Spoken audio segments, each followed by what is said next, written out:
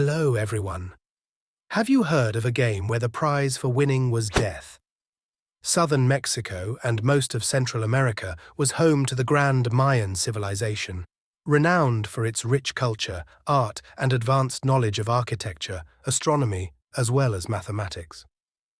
In the heart of the mysterious Mayan civilization, a game was played that echoed through the centuries, a game that transcended mere sport, intertwining with the very fabric of their culture. Welcome to the sacred grounds of the Mayan Ball Game, where history and mythology collided on the courts of ancient Mesoamerica. The primary objective of Pocketok was to score points by propelling a solid rubber ball through a horizontally positioned stone hoop or ring without using hands or feet. The ball could only be touched using the hips, elbows, or knees. The game was played on a ball court, which had a long and narrow playing area with two stone walls running parallel on either side. The length of the court could vary, and each side typically had a sloping surface leading up to a stone ring positioned high on the wall. No hands or feet. Players were not allowed to use their hands or feet to touch the ball. Instead, they used their hips, elbows, and knees to strike the ball, had a stone hoop positioned high on their respective walls. The objective was to get the ball through the opponent's hoop while preventing them from scoring on your side. Points were scored when a team successfully passed the ball through the opposing team's stone hoop.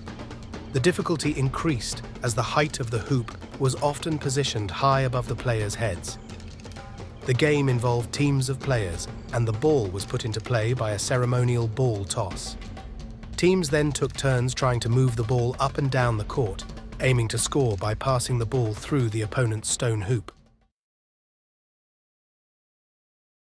It is said that, on festive events, the Mayan priest would go around the crowd identifying young boys whom he thought would make the best players. These boys would then be put through years of rigorous training before they would be ready to showcase their skills at one of the grand ball game courts, such as this one at Chichen Itza. Pocketok had deep religious and ritualistic significance. It was believed to symbolize cosmic events, such as the movements of celestial bodies, and served as a metaphor for life and death. Many a times, the game was associated with human sacrifice. Winners were considered heroes and worthy of being offered to gods. It was a big honor for the winning players as well as their families, who celebrated the sacrifice. Although some historians contend that it was the losers or the captives who ended up being sacrificed soon after the game. Not far away from the ball court stands the platform of skulls. The primary purpose of this platform was to display the skulls of sacrificial victims. These victims were often captives or prisoners of war who were sacrificed as part of religious rituals, particularly during important ceremonies and festivals.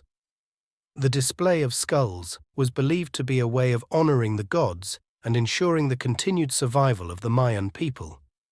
The use of the skull platform, as a religious and ceremonial structure, was part of a broader complex of rituals and beliefs in these ancient civilizations. Pocketok was more than just a game. It was an integral part of Mesoamerican culture, intertwining physical prowess with spiritual beliefs and societal values. The details of the game could vary among different cultures and regions, but its significance remained consistent throughout the Mesoamerican world. Thank you for being here today. I trust you found this video both enlightening and delightful. If so, please give it a thumbs up and share it with your circle. If you haven't yet, why not subscribe to Stroll and Paddle Ventures for more captivating travel videos? Simply hit the subscribe button and activate the notification bell to stay in the loop for future releases. Exciting content awaits, so stay tuned. Until next time, take care, stay curious, and I eagerly await seeing you in our next video.